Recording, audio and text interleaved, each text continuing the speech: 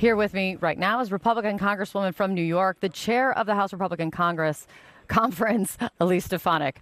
That would also be another promotion. The House Republican Congress would be something that I know you guys are seeking. Well, we have the Republicans have control of the House. Of course, it's like the full Congress. Today is the first day of the official J.D. Vance as a running mate as he accepted the VP nomination last night. What do you think, or what do you want to see him do first as the running mate? Well, I think we know that he and President Trump are doing their first joint rally in Michigan this weekend, and I think J.D. Vance's personal story is a story that can happen only in America.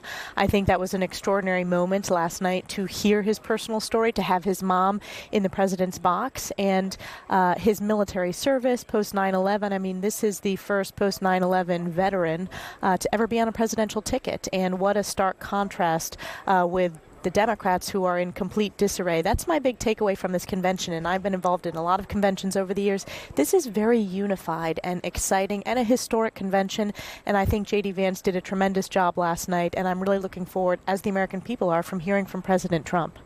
It's thinking of what's happening with Democrats, the fact that now President Biden has gotten COVID, and now he's isolating for a couple of days, taking him off the campaign trail.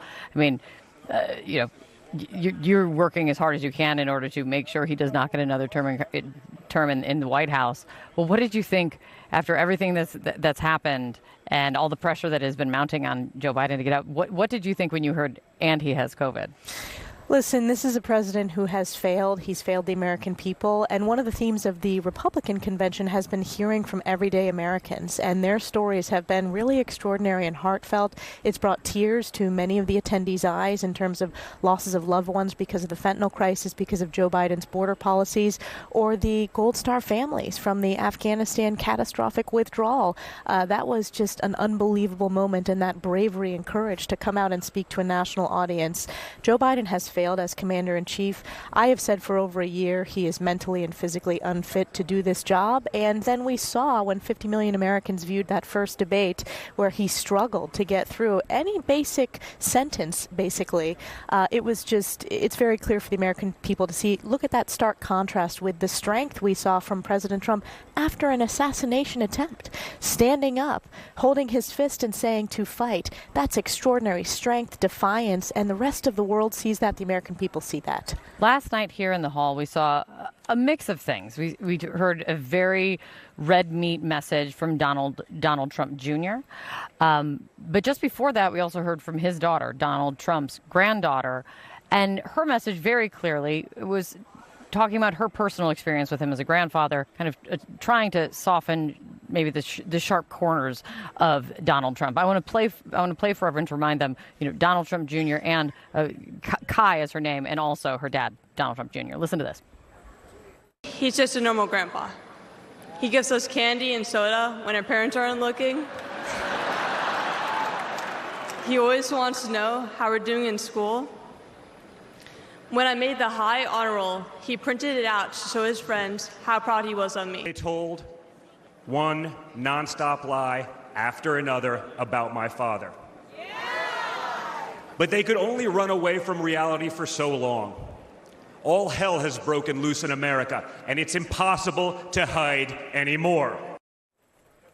Which of the two Trumps kind of described there do you think he needs to present tonight and beyond more to be successful in this election? I think both Don Jr. and Kai Trump were great speeches because the media coverage, this is a family that has been through relentless attacks from the mainstream media for well over the past decade when Donald Trump first ran as an outsider in 2016. So what they have been through, whether it was the Russia hoax, whether it was the two impeachments that were shams, whether it was just the attacks on their family members, I thought Kai Trump's speech, that was a great surprise for everyone to hear the personal side of President Trump as a grandfather, which he is, and take a step back and think about his family members. Many of those family members saw that live on TV and were praying for their grandfather or father to stand up. So he is a person, and I've been able to interact and become very close with President Trump. He is amazing when it comes to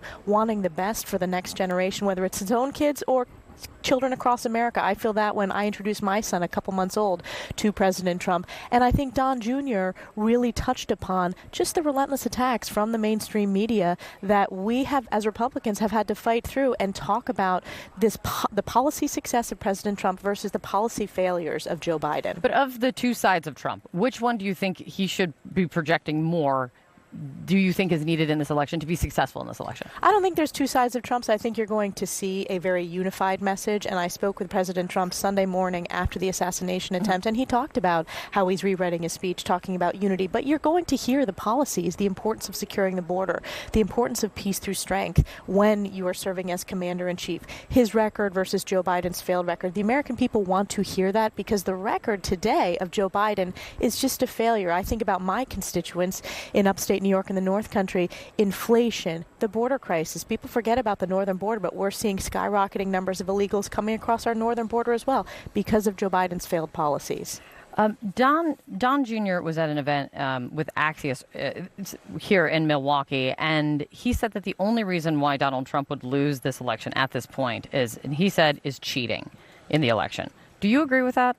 Well, we saw in 2020 significant irregularities, unconstitutional circumventing of state legislatures, unilaterally changing election law.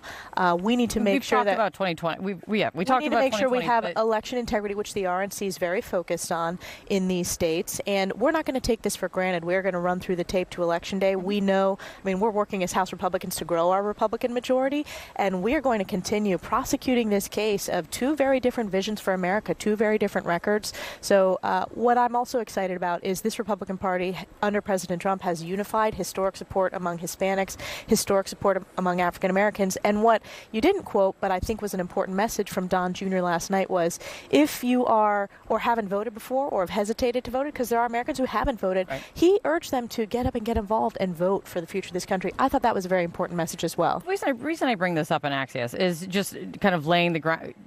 What that lays the groundwork for, if he says the only way that Donald Trump would lose at this point is cheating. Are you that confident right now to be able to say that there's the only way that Donald Trump would lose at this point would be if there is cheating in this election? Well, think about this. You have Democrats right now who are begging to have Joe Biden, high-ranking Democrats too, Chuck Schumer, Nancy Pelosi, and many, many House members who are senior, Adam Schiff, others, who are calling for Joe Biden to be removed from the ballot. This is someone who was elected through the democratic process by primary voters across the country. They are in disarray, and that would be unprecedented. And I think you're going to continue to see chaos in the Democrat Party. We're focused on winning on Election Day. We're focused on ballot integrity, election integrity. The RNC is very focused on that. And we're going to continue, again, making sure we make the case. But I never take elections for granted. I know that as a candidate for office many years. Yeah. And I know Republicans aren't going to take it for granted. Yeah. Elise Stefanik, Congresswoman, thank you for coming in. Thank you so much. Let's see the big speech tonight, and then everyone here finally gets to maybe sleep.